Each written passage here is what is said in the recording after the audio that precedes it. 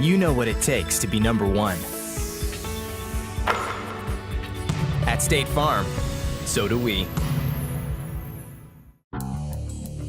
If you look at the schools that are good at lacrosse, they're great places to go to get an education.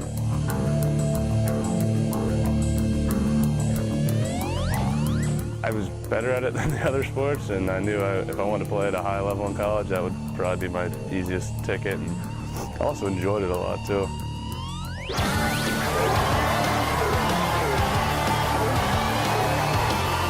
went off one time to see Cape Henry play.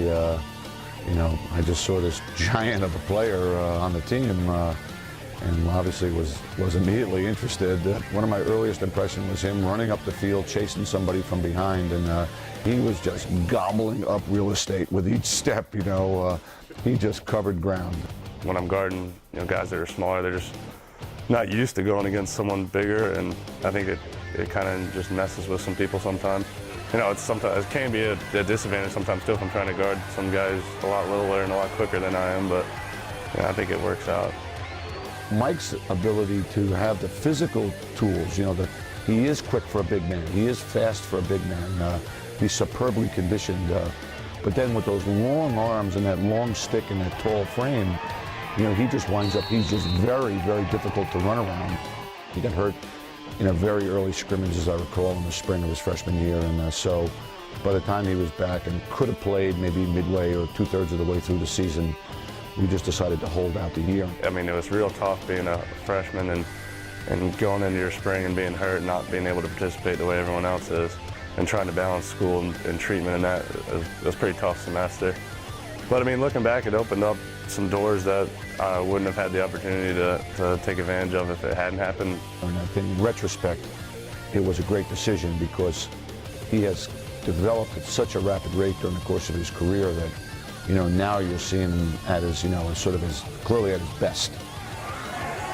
That was a great year.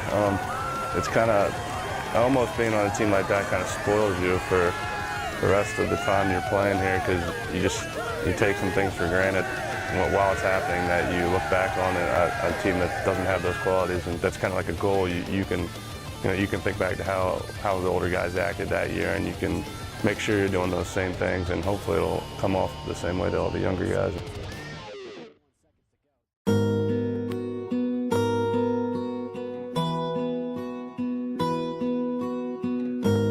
Mom passed away when I was 9, my dad when I was 8, so that was obviously a big shock.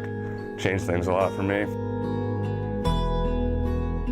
I was raised by my aunt and my grandmother, and they did a great job, and they allowed us to really find our way on our own when we were younger. I actually had him write me a little essay about who he was and the things that were important to him, and it was the first time that he really expressed to me what the loss of his parents was like. And I feel like for he and I, that was probably as important a piece of us sort of crossing the line in our relationship as anything else. I think we saw the essence of Mike Timms late this fall, especially with the loss of Will Barrow. We had any number of team meetings while that was going on. We were trying to deal with that, and I remember one in particular. Guys, there was a lot of talk going on, guys back and forth, you know, guys trying to figure it out, and you know, and then Mike finally stood up and said in front of the group, you know, I just want you to know, fellas, that there are no answers here. There are never going to be an answer to why this happened. I said, what we're trying to do here is to learn to live with the questions. And when Mike Timms says that, first off, all your back straighten up a little bit and you pay a little closer attention, and it was exactly the right sentiment at that moment. Player on the near sideline being heckled by Mike Timms, who makes a great check to knock it out of the stick. I feel real lucky to have spent 5 years here, and you know, every year I've gotten closer to Dom too, and he's a great coach and a great leader of the program. You know, dealing with these guys is not always easy, but it's always interesting.